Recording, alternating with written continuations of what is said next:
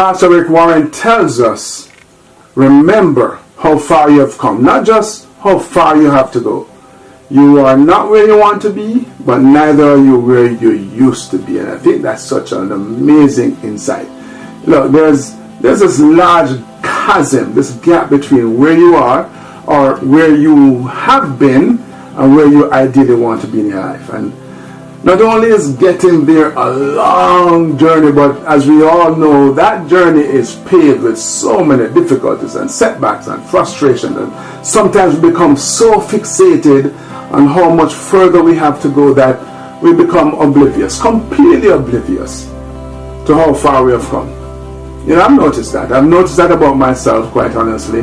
I've noticed it in others as well. I've noticed that we've become so adept at cataloging all the things that we have not yet done that, you know, we beat ourselves up, man. We beat ourselves up over failures, which in turn only serve to demoralize and demotivate us. But imagine if you were to become just as adept at celebrating your successes, no matter how small, no matter how unremarkable, dare I say, they are.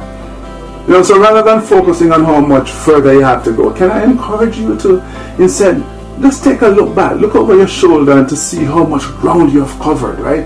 The enormous obstacles you have overcome and how much better where you are now is compared to where you were. Wouldn't that make you feel so much more motivated and invigorated? I am sure it would, right? So yes, while you may not be where you want to be, you are definitely not where you used to be. And that is awesome. That is amazing. That is something to be proud of. So be proud of yourself.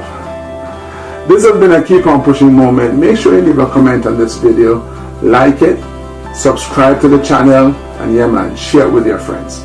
Until we connect next time, keep on pushing.